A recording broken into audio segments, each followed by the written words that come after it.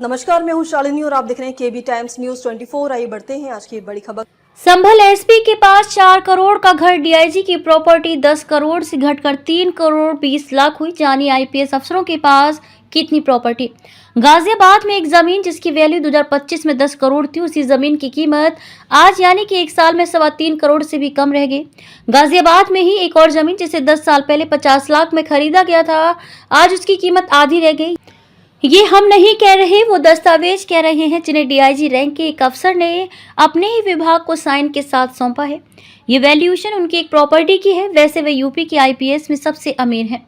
ऐसे एक एसपी हैं जिनके पास पिछले साल तक अपना घर नहीं था। अब उन्होंने अपने भाई और बहन की मदद से 3 करोड़ 40 लाख का घर राजस्थान में खरीदा है, जिसकी वैल्यू 12 महीने में ही करीब 60 लाख बढ़कर 4 करोड़ हो गई है। दरअसल केंद्र सरकार ने 31 जनवरी तक आईएएस आईपीएस अफसरों को अपनी संपत्ति का ब्यौरा डीओपीटी कार्मिक एवं प्रशिक्षण विभाग को देने को कहा था। आईपीएस अधिकारियों ने अपनी संपत्ति का ब्यौरा दे दिया है। बस्ती रेंज के डीआईजी है संजीव त्यागी। संजीव त्यागी इस बार भी संपत्तियों की कीमत के हिसाब से सबसे रईस हैं। उनके पास करीब 30 करोड़ की 5 प्रॉपर्टी हैं। उन्होंने गाजियाबाद के सदर इलाके में 0.838 हेक्टेयर जमीन 40 लाख रुपए में 2010 में खरीदी थी। इस प्रॉपर्टी पर 11 लाख रुपए का कंस्ट्रक्शन वर्क भी कराया। 2025 की अचल संपत्ति के ब्यौरे में उन्होंने इस जमीन और घर की कीमत 10 करोड़ रुपए आंकी थी, लेकिन इस बार जब उन्होंने अपनी संपत्ति का ब्यौरा डीओपीटी को सौंपा तो उसमें इसकी वैल्यू 3 करोड़ 20 लाख रुपए ही बताई।